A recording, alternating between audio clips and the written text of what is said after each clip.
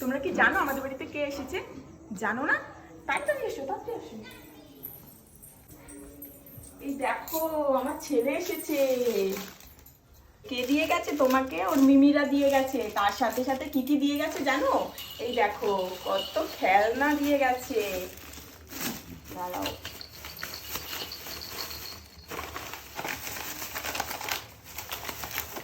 কত চকলেট দিয়ে গেছে। দেখো এটা হচ্ছে ওর মালা। এই দেখো পুতুল, বল, তারপর ঝুনঝুনি। এখানে আবার একটা ঝুনঝুনি আছে, গাড়ি, বল, আবার তীর ধনুকও আছে। তীর ধনুকও আছে দেখো। ঘুড়িটাও দিয়েছে। দেখো কত জিনিস দিয়ে গেছে। তার সাথে একটা চিঠিও আছে। চিঠির মধ্যে কি কি আছে সেটা তোমাদের পড়ে শোনাই, চলো। দেখো চিঠিতে ওরা কি কি লিখেছে, আমি পড়ে শোনাই। ও মা মমতা, মানে আমি। ও বাবা বিবেক, মানে মাই হাজবেন্ড, আমাকে চিনতে পারছো? আমি তোমাদের আদরের সন্তান। তুমি তো আদরেরই সন্তান। কখন থেকে আমি বাইরে দাঁড়িয়ে আছি, আমার খুব শীত লাগছে, আমাকে ঘরে তুলে নাও।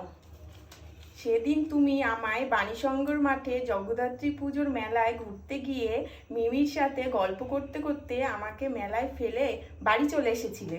আমি তোমাকে খুঁজে না পেয়ে অনেক কান্না করেছিলাম। বাবা গো, কত কান্না করেছে। তারপরে আমার কান্না শুনতে পেয়ে মিমিরা আমাকে কোলে তুলে নেয় আর বলে, তুমি কেঁদো না, আমি তোমার মিমি হই, আমি তোমায় তোমার মায়ের কাছে ঠিক পৌঁছে দেব। জানো মা, মিমিরা কত ভালো। হ্যাঁ, সত্যিই তো ভালো।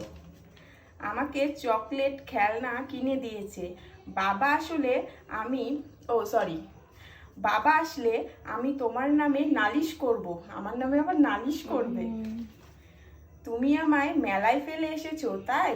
আজ মিমিরা যদি না থাকতো তাহলে আমি বাড়ি আসতে পারতাম না।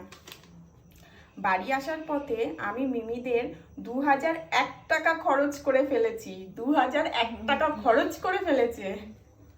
ওই টাকাটা মিমিদের দিয়ে দিও কিন্তু। আর পুজোর দিন মিমিদের খিচুড়ি প্রসাদ খাইয়ে কিন্তু। আর একদিন সময় করে মিমিদের প্রিয় খাবার খাইয়ে দিও কিন্তু। 1 ভেটকি মাছ ফ্রাই, ওই যে বিয়েতে স্টল দিয়েছিলে ওটা, মানে আমাদের বিয়েতে যে স্টলটা হয়েছিল সেটা। মটন বিরিয়ানি। পায়েল, তুই তো মটর বিরিয়ানি খাস না, তাহলে মটর বিরিয়ানিটা কিসের জন্য? মৌদের জন্য। চিকেন চাপ, আইসক্রিম। এই ঠান্ডায় আইসক্রিম খাবি? ঠিক আছে। আমার প্রিয় মিমিদের নাম শুনবে না? মৌমিতা ওরফে মৌ, যে আমার বেস্ট ফ্রেন্ড। মৌসুমি, পায়েল, সৌরভ, ও মামা, মামাই আছে কিন্তু, সৌরভ। ও হ্যাঁ, আর একটা কথা আমি বলতেই ভুলে গেছি। মিমিরা আমায় বলেছিল পুজোটা একটা পরম্পরা মাত্র। আমি ছেলে রূপে আসি বা মেয়ে রূপেই আসি, আমাকে কখনো অবহেলা করো না। আমাকে আশীর্বাদ করো যেন আমি সুস্থ সবল স্বাভাবিক জীবন নিয়ে তোমাদের মাঝে আসতে পারি। আমি সর্বদা সততা, শ্রদ্ধা, ভালোবাসা, সম্মান ও সুবুদ্ধির প্রতীক হতে পারি। ধন্যবাদ। বাহ, খুব সুন্দর লিখেছি। সেটা মনে হয় মৌ লিখেছে। আমি জানি এটা মৌরই হাতের লেখা। মৌসুমিও লিখতে পারে, কিন্তু মনে হচ্ছে এটা মৌ লিখেছে। যাক, খুব ভালো লাগলো। আর অবশ্যই তোরা পুজোতে আসিস, তোরা তো আসবি। আর এর খেয়াল তো আমি রাখবই, বাবাকে আবার নালিশ করবে।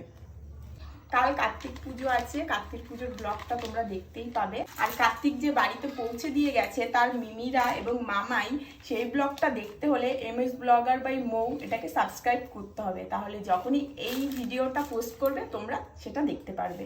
তো চলো, টাটা।